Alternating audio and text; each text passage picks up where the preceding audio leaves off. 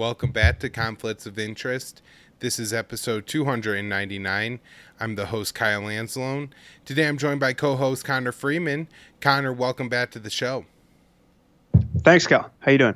Doing well. Happy to have you back on today. We got a couple weeks worth of Iran news to get through on today's show, so very excited to have you to talk about that.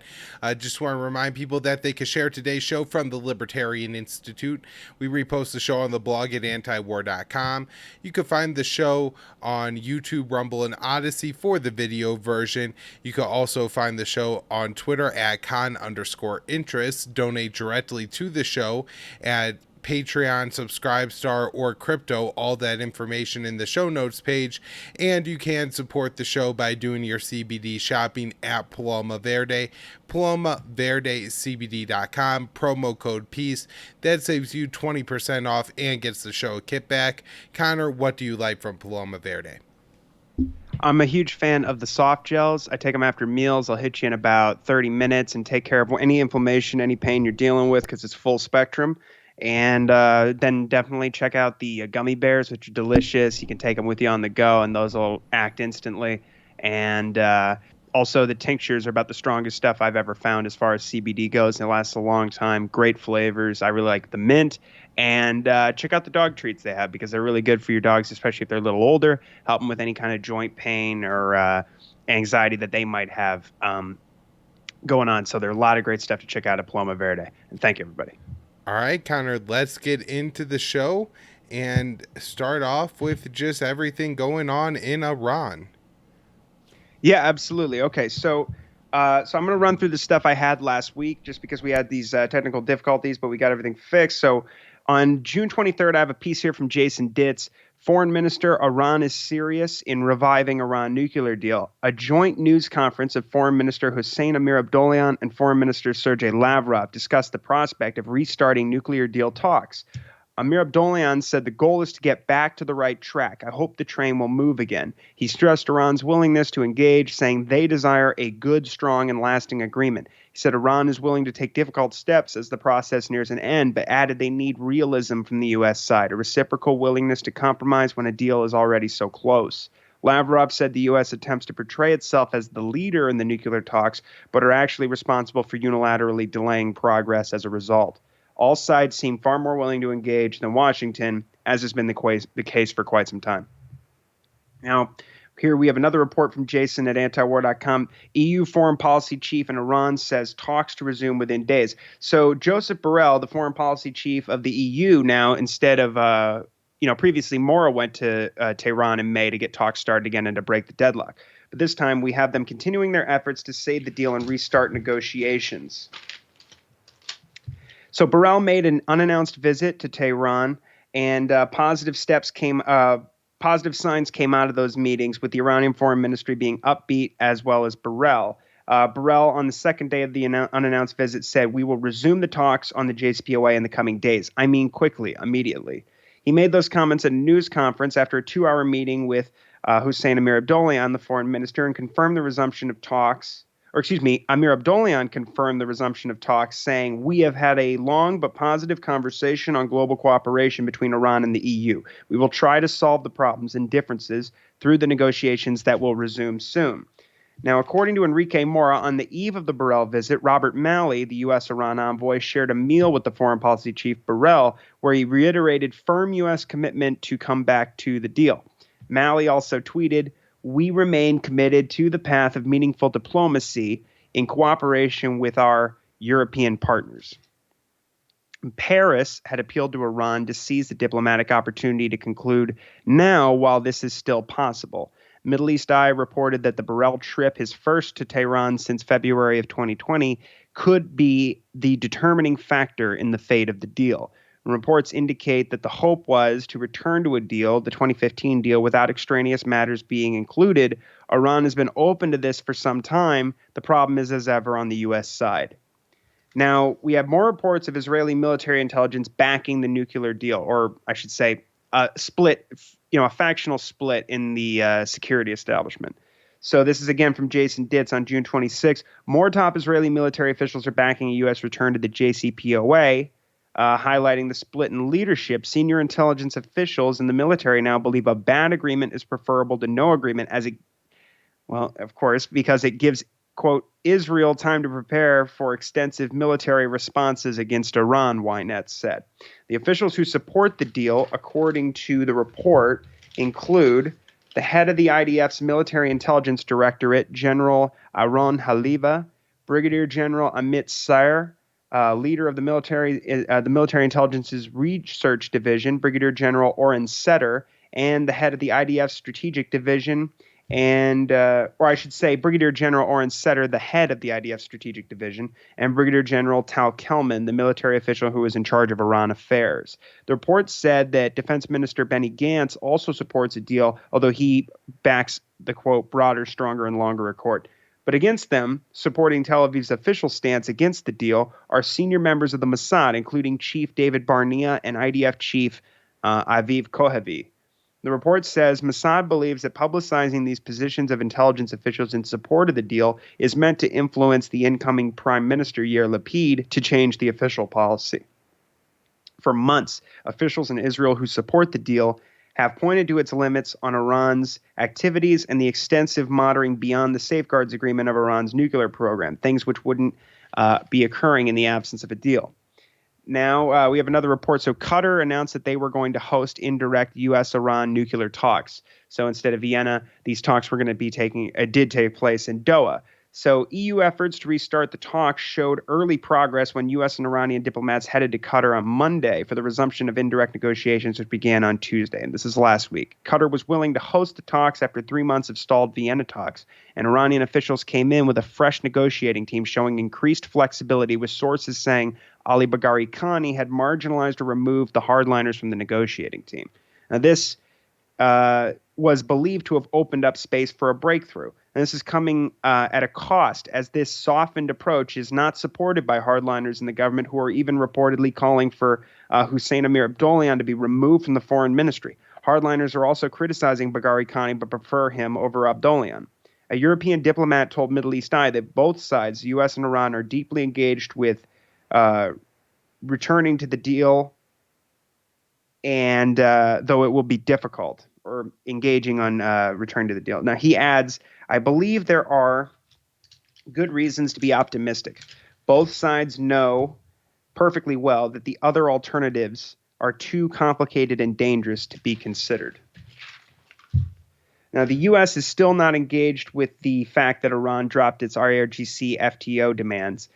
This has taken the IRGC off the Foreign Terrorist Organization blacklist at considerable political cost. And they said they had low expectations, actually very low expectations, going into the Doha talks. Now, a French presidency official told Reuters that Paris wants to explore talks on lifting oil sanctions on Iran and Venezuela. Macron was heard on the sidelines of the G7 summit, telling Biden that Saudi Arabia and the UAE can barely increase oil output, in another signal that the French want to explore these other options. Now, Iran nuclear talks in Qatar ended without a deal. This is, again, Jason Ditz on June 29th.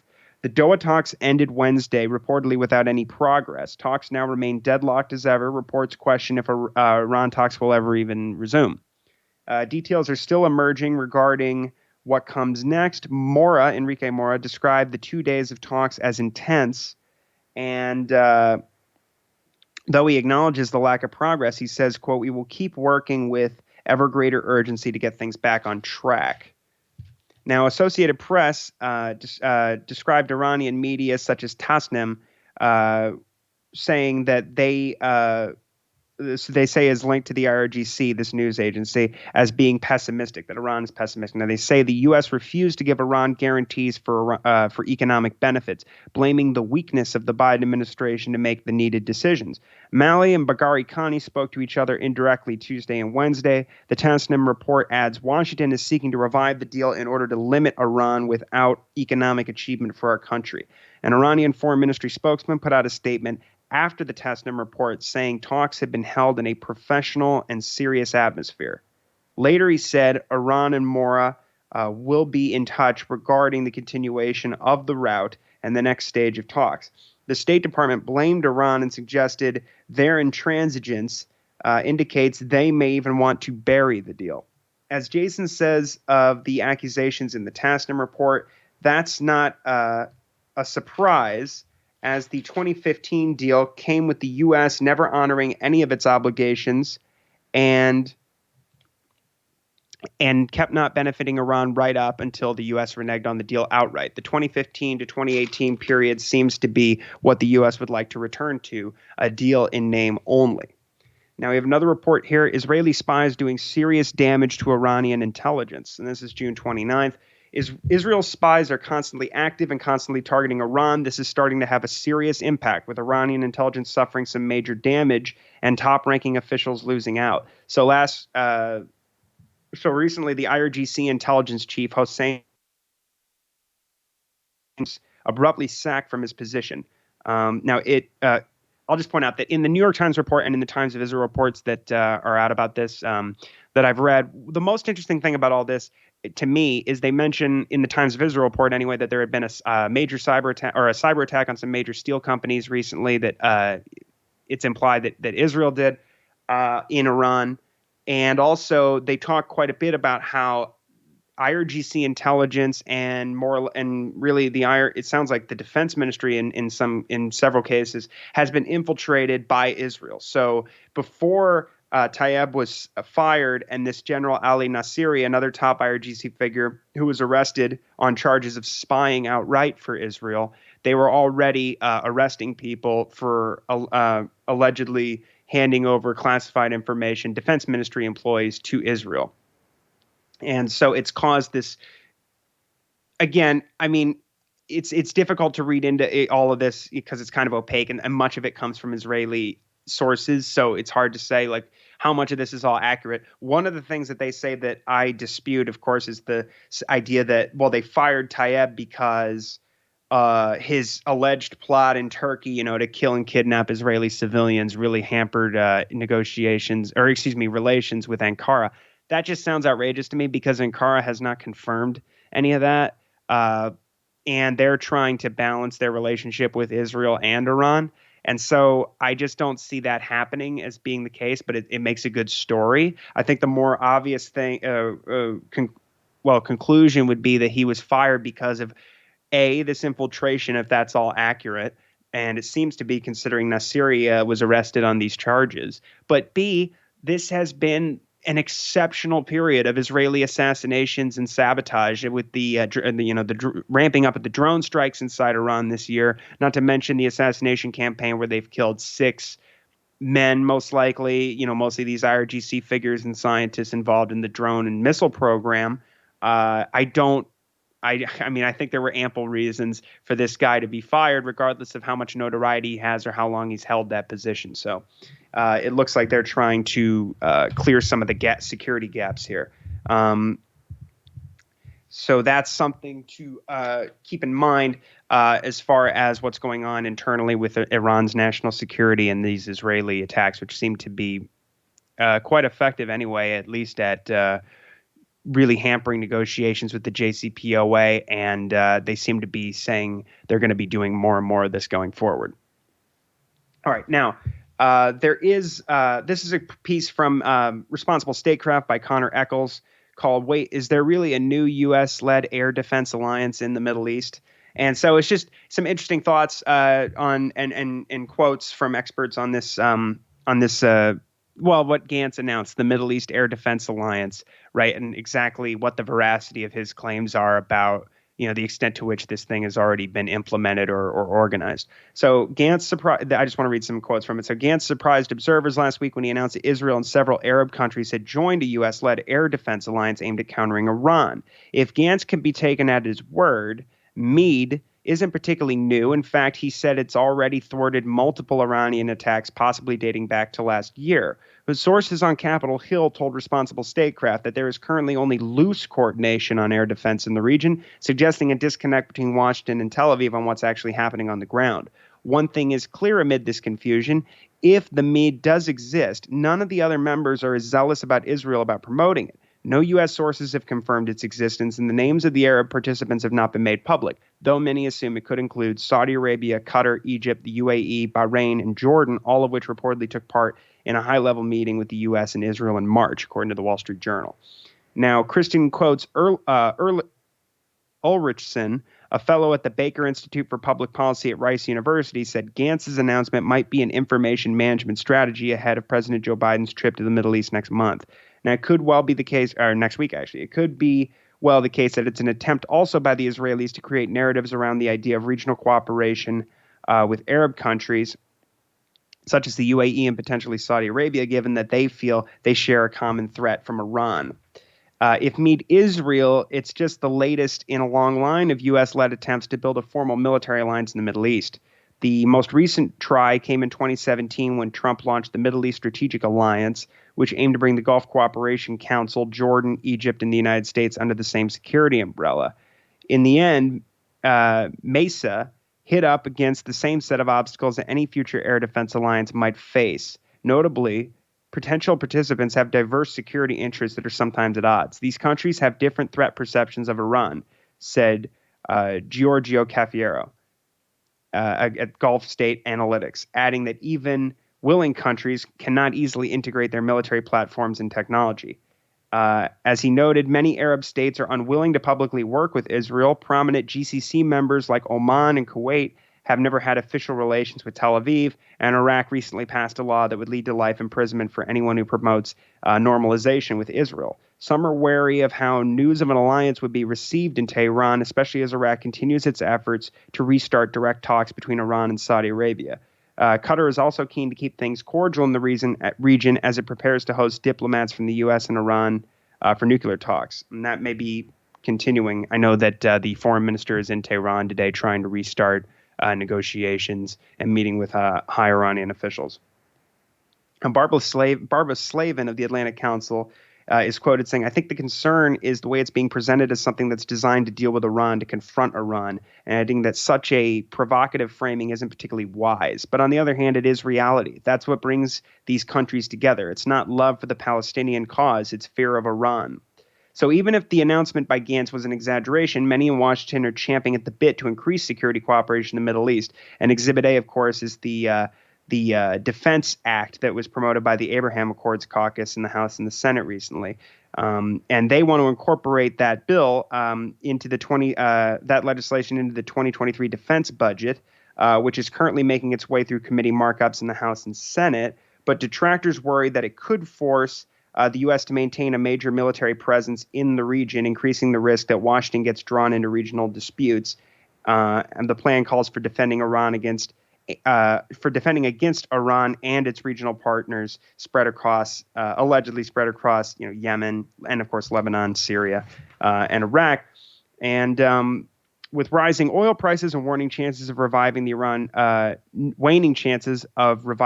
nuclear deal, the White House may be trying to reassure its partners as they get ready for a more insecure post-JCPOA world, according to Coates Ulrichsen. The JCPOA, in my view, is the only realistic way to prevent nuclear brinksmanship from spiraling out of control, says Caffiero, adding that the Meade-style defense alliances will never be enough to guarantee the safety of those countries from Iran surrogate operations. All right. Okay, so that was last week. This is all the new stuff. So on June 30th, we have a report here from Dave DeCamp. Biden says goal of Mideast trip is to deepen Israeli integration in the region. On Thursday, Biden said one of the objectives for his upcoming Middle East trip will be to deepen Israel's integration in the region. And this comes after weeks of Israel being more and more public about its hopes and efforts to form an anti-Iran alliance in the region with the Gulf states.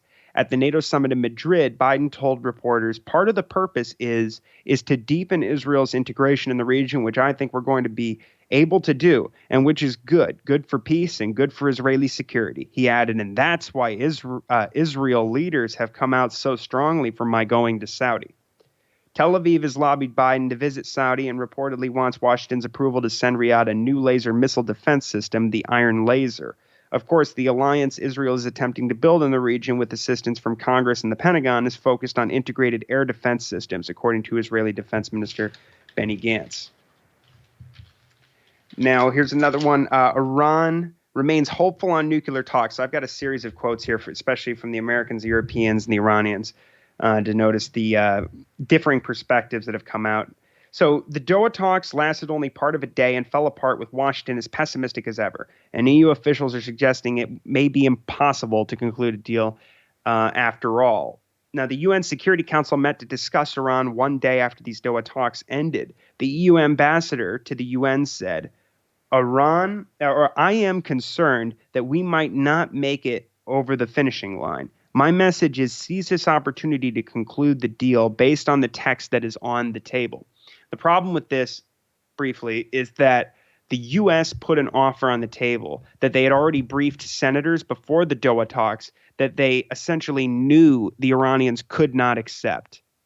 So whatever they put down there was such a bad offer that, as the Iranian media was reporting, it offered essentially no guarantees on these economic benefits that were promised to them as a part of the deal. So the Americans can continue to complain that, they're asking for extraneous demands, or they want these guarantees that are we can't have no control over what happens after Biden's administration or whatever. And I'll just add really quick that Ali Bagheri Khani, who is the point man, he's an advisor to the negotiating team and the point man for international media in Vienna, was recently quoted, I think in Al Arabi, saying that in these talks they got some good concessions, but he wanted to clear up some things, namely that they are not trying to, despite he referred to it partially as American psychological warfare, but they are not trying to seek some kind of long-term guarantee that ties the hands of the next Republican in office or whatever. They are focused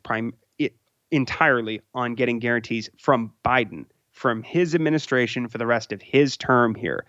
Because as Trita Parsi has noted, they are pretty much resigned to the idea that if the next time a Republican comes in all likelihood, the next president will rip up the deal and reimpose all the sanctions. And if America does return to the deal, that means that they'll be able to do those. They'll be able to re-implement the UN snapbacks. They'll implement the snapback sanctions from the UN, which would bring even more economic pressure on the country. So they need time to sanctions-proof their country as much as possible for the coming era of the next Republican administration. And of course, with everything Israel and the Gulf states are doing in this mini NATO that's being built up, it creates an exceptionally dangerous situation because all of this will be happening in the midst of this buildup for war with Iran. Now, the EU ambassador, an unnamed senior U.S. official, told Reuters that the prospects for a deal after Doha are worse than they were before Doha, and they will be getting worse by the day. U.S., British, and French diplomats all blamed Iran for the failure to revive the JCPOA after more than a year of negotiations. The British UN ambassador threatened Iran, "You should urgently take the deal. There will not be a better one." Now, the deputy U.S. ambassador to the UN, Richard Mills, said Iran is yet to demonstrate any real urgency to conclude a deal, end the nuclear crisis, and achieve important sanctions lifting. France's UN ambassador said Iran has not taken up the offer on the table, but it also has added yet more issues which fall outside the JCPOA with maximalist and unrealistic demands. In contrast, Tehran described the talks in Doha as serious and positive, while reiterating their readiness to strike a deal. Iran's UN ambassador told the Security Council, Iran has demanded verifiable and objective guarantees from the U.S. that the JCPOA will not be torpedoed again, that the U.S. will not violate its obligations again, and that the sanctions will not be reimposed under other pretexts or designations. And now, based on the comments from Marundi, we know he's speaking specifically about Biden's administration. And as Trita reported last year, and we talked about this, of course, it was a huge deal when it came out that in May last year, while Rouhani was still in power, the so-called moderates, who it should have been much easier for the Americans to make a deal with ostensibly, they told Rouhani's men that, hey, if we return to the deal, we may just decide to reimpose sanctions on you, even if you're in compliance. Okay, so that meant that they were damned if they do and damned if they don't. So, of course, this was very that's why Bagheri Khani came in with a much stronger position, looking for these guarantees and these verification mechanisms, and seriously rolling back the maximum pressure campaign and not settling for something like Zarif had in the past, which was like Jason said, a deal in name only. They imposed sanctions the day the deal was signed, for crying out loud. So that's That's what the background on all this is. And you have Chinese and Russian diplomats faulting the U.S., with Beijing's representative urging Washington to ease unilateral sanctions on Iran, and Russia calling for all sides to show flexibility. Washington's apparent refusal to offer guarantees of economic benefits has led many Iranians to become more convinced the U.S. does not want a deal. Iranian officials haven't resigned themselves to that situation just yet. And they haven't accepted that talks are just failing and that's it. They say a deal is there to be had when and if the U.S. side shows some realism. As the U.S. and Israel build their, this alliance, you have the Iranians seeing this as their last chance, really.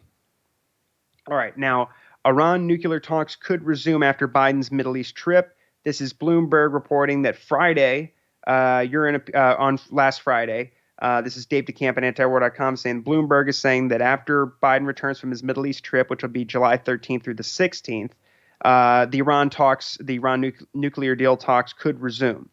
Now, on Thursday, we had Hossein Amir Abdollahian, again, the foreign minister of Iran, saying our assessment of the recent round of talks in Doha is positive. He also tweeted that Tehran is ready to reach a good, robust, and lasting deal.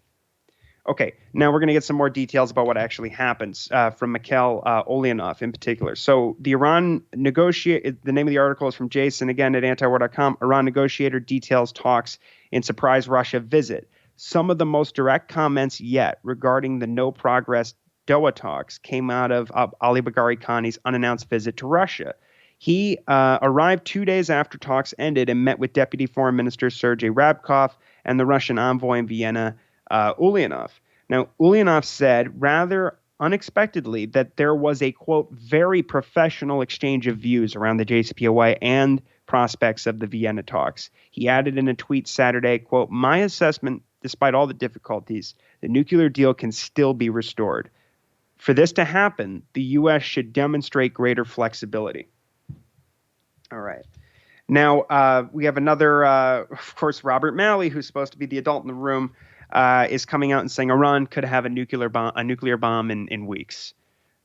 His entire job is to ostensibly to return to this deal. So it's just, I just can't get over how bad Malley's been. So in a new interview this week, U.S. envoy Robert Malley, this was Tuesday, is playing up the myth of Iran imminently arming itself with a nuclear weapon, claiming to be alarmed by their progress enriching uranium. Again, if he did his job, they would have returned to the deal, and the enriched uranium that's alarming him wouldn't even be happening. But in the meantime, he hasn't done his job, and Israel's been attacking them this entire time. So they've been nonviolently retaliating.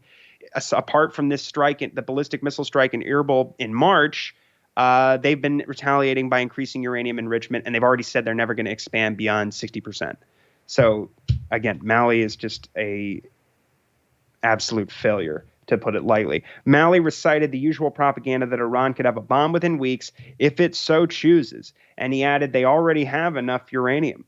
Now, the narrative has huge flaws. I'm just going to quote Jason here really quick. He says, to make a nuclear weapon, Iran would need 90% enriched uranium, weapons grade. The estimates are for around 15 kilograms of such uranium per weapon are needed. And Iran has not a single gram, never having even attempted to enrich at such levels. This makes sense because, to quote Malley, Iran has not chosen to try. Now, Iran's government has forbidden the production of nuclear arms and subsequently forbids going down this road.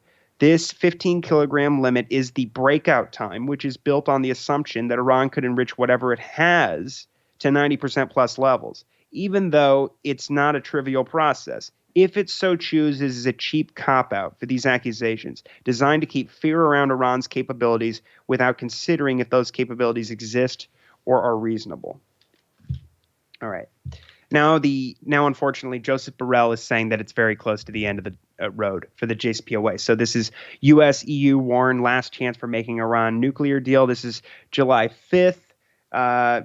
Joseph Borrell, the foreign policy chief, is now warning the time is running out. He says decisions are needed now. This may be the last chance. He says the political space for a deal is shrinking. If there is a deal to be had, they have to agree now before it's too late. While the U.S. blames Iran's so-called new demands for the talks failing in Doha, that appears to be false. Iran was seeking a timetable for U.S. compliance regarding sanctions relief in the deal, the JCPOA. And though this was promised in the deal, Washington treats this ask as unreasonable. Okay. Now we have Yair Lapid, the new prime minister of Israel. He's in Paris, and you guessed it, he's hyping the threat of Iran's nuclear program. So this is he's in a joint press conference with Emmanuel Macron, the French president, and he says the world must respond to Iran's nuclear activity. At a joint press conference with Macron, he says the facts are Iran is violating the agreement and continues to develop its nuclear program, adding, given all this, the world must respond. In contrast, Macron called the JCPOA a good agreement. He adds, we have to defend this deal and take in account the interests of our friends in the area, primarily Israel. Also on Tuesday, Defense Minister Benny Gantz accused Tehran of conducting the most significant military activity in over a decade, its most significant military activity in over a decade in the Red Sea. In the last months, we have identified the most significant Iranian military presence in the area in the past decade as a direct threat to international trade, energy supply, and the global economy, Gantz said in an event in Greece. If Gantz's claims are true, it is likely a response to the myriad Israeli attacks on Iranian ships in the Red Sea. And as Dave DeCamp points out here, last year, the Wall Street Journal reported Israel attacked at least a dozen ships in the Red Sea between 2019 and March 2021. Israel mostly targeted Iranian ships or vessels carrying Iran's oil. All right. Now, we have a new candidate to replace Aviv Kohevi as the IDF Chief of Staff. In Israel, he's hasn't been chosen yet, and I guess Gantz wants a new IDF chief before the November elections. And he just wrote a 74-page paper for WINEP, the Washington-based AIPAC spin-off think tank that was founded by Martin Indyk, who's Clinton's advisor that was the main cheerleader for the whole dual containment strategy that caused the attacks on 9/11. And this guy, the new IDF Chief of Staff, potentially, IDF Major General Eyal Zamir, has called for Tel Aviv to step up its murder campaign of IRGC leaders inside Iran. He makes the case that the targeted killings are imperative to prevent Iran from gaining a greater foothold in Syria. Zamir says if Israel invades Lebanon to fight Hezbollah, Iran could launch attacks against Israel from Syria. Zamir describes the IRGC as the backbone of Iran, the main means by which it seeks to dominate the region. He talks about collaborating with allies to kill IRGC leaders using the Soleimani model, strongly suggesting more U.S. involvement. And this is important, too, I'll just add, because when they killed Hassan Syed Kodeh in Tehran, in his driveway, kicking off this latest assassination campaign, there was this dispute because there's a former deputy chief of the Mossad who's he's a bigwig on the equivalent of basically the Israeli Defense Foreign Relations Committee, and he was complaining about that leak in the New York Times, saying that this unnamed intelligence official was probably an American, and that revealing this, which he didn't admit to, but he's like, I don't think we told anybody, and I think that's for the best. We didn't admit to this to anybody or whatever.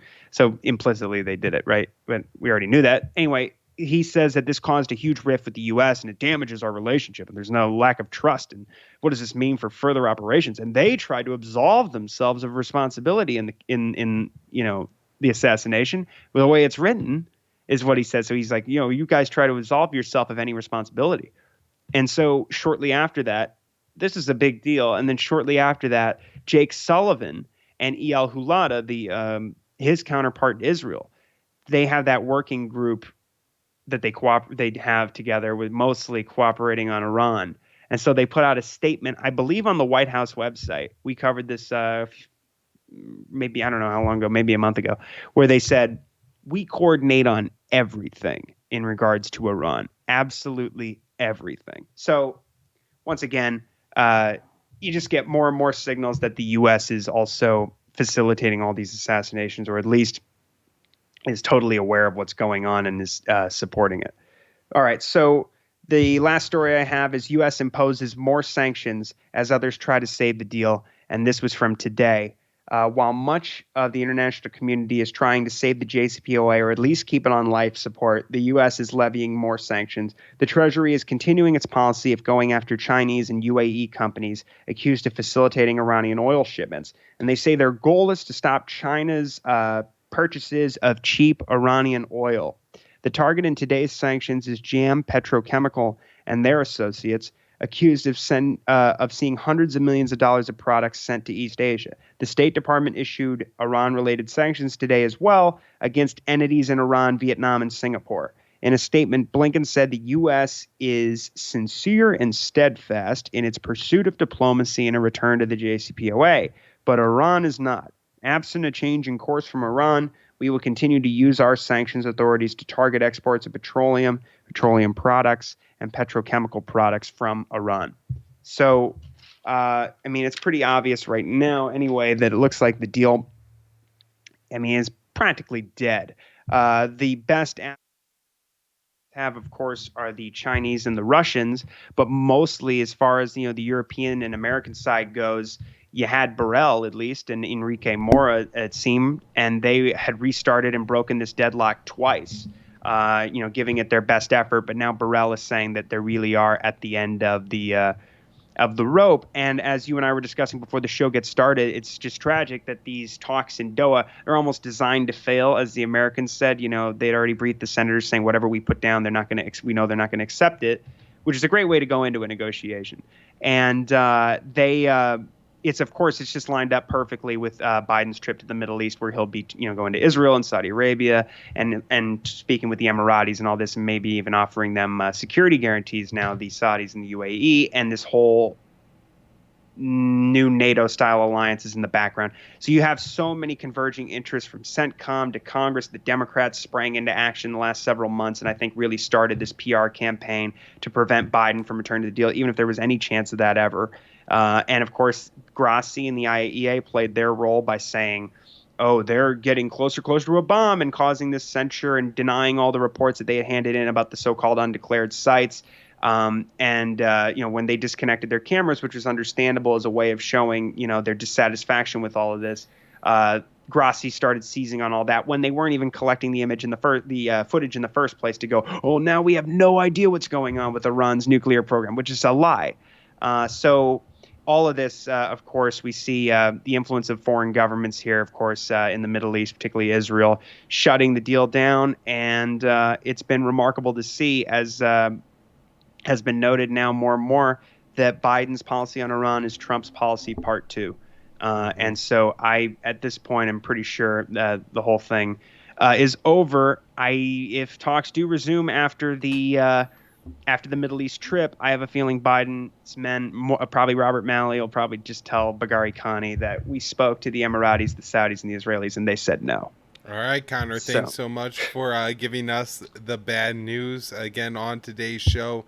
And just want to remind people that they could share the show from the Libertarian Institute. We repost it on the blog at antiwar.com. And you can watch the video version at YouTube, Rumble, and Odyssey. Thanks, Connor. Thank you.